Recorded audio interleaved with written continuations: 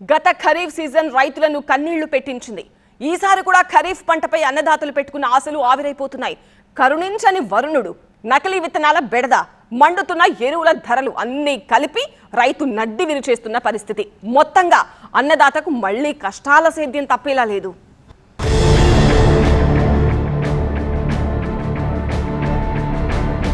ఈసారి ఋతుపవనాలు కరుణించి మే చివరి వారంలోనే పలకరించింది తొలకరి. జూన్ మొదటి వారంలో దంచుకొట్టిన వర్షాలతో విత్తనాలను సైతం నాటుకున్నారు రైతులు.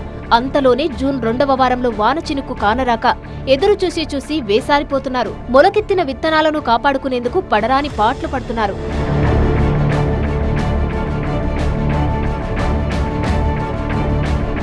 ఒక్క ఆదిలాబాద్ జిల్లాలోనే 5.8 లక్షల ఎకరాల్లో పంటలు సాగవుతున్నాయి.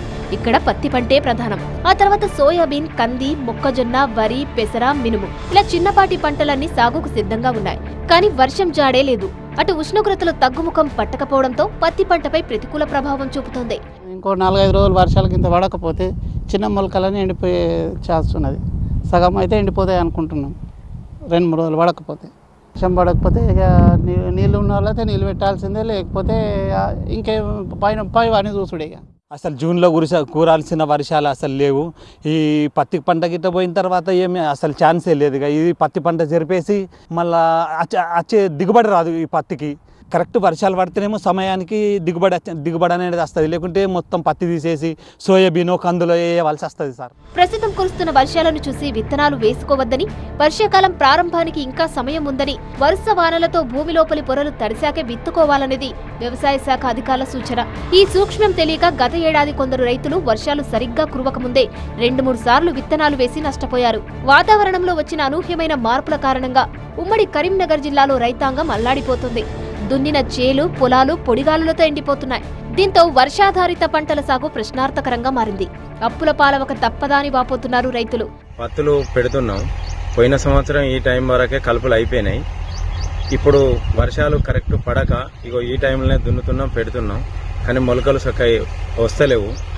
ఇబ్బంది ఏర్పడుతుంది పోయిన సంవత్సరానికి ఇప్పటికి. వరంగల్ జిల్లా రైతాంగానిది మరో వింత కష్టం. అసలే వర్షాభావంతో తల్లడిల్లుతుంటే ఎలుకలొచ్చి భూమిలో విత్తిన విత్తనాలను తినిపారేస్తున్నాయి. విత్తనాలను కాపాడుకుంటూ వర్షం కోసం ఆకాశం వైపు ఆర్తిగా చూస్తున్నాడు రైతన్న. విత్తనాలు మొలకెత్తడం లేదు. ఆ విత్తనాలన్నీ కూడా ఇప్పుడు ఎలకల పాలైపోతున్నాయి. దీంతో రైతులు ఆందోళన చెందుతున్నారు. ఆ విత్తనాలను మొలకెత్తించడం కోసం ఈ విధంగా భగీరథ ప్రయత్నాలు చేస్తూ వారంతా నీళ్లను ఈ విధంగా ప్లాస్టిక్ బకెట్స్, అదేవిధంగా కుండలతో, కడవలతో తీసుకొచ్చి ఆ మొలకెత్తని విత్తనాలను ఈ విధంగా తడిపి మొలకెత్తించే ప్రయత్నాలు చేస్తున్నారు. ఇక్కడ రైతున్నారు.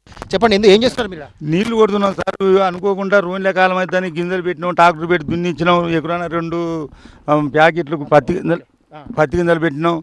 ఒక్క విత్తనం మొలలేదు సార్. ఎకరాన 400 రైతులను పెట్టించినాం సార్. మా బాధను చాలా ఇబ్బంది, ఆర్థిక ఇబ్బంది ఉంది సార్. నీళ్ళు ఎత్తుకొచ్చి పోతున్నాం. మా భార్య మేము ఎంత కష్టపడి చేసినా ఇదైతుంది.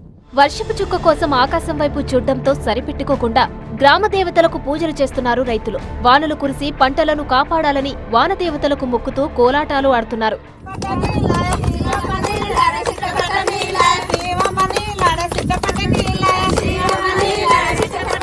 వరుణదేవుడు పెట్టిన పరీక్షల్ని తట్టుకోలేక తల్లడిల్లుతున్న రైతులు ఇటు నకిలీగాళ్ల చేతిలో చిక్కి దగాపడుతున్నారు. నల్గొండలో 70 లక్షల విలువైన 25 క్వింటాళ్ల నకిలీ విత్తనాల్ని సీజ్ చేశారు అధికారులు.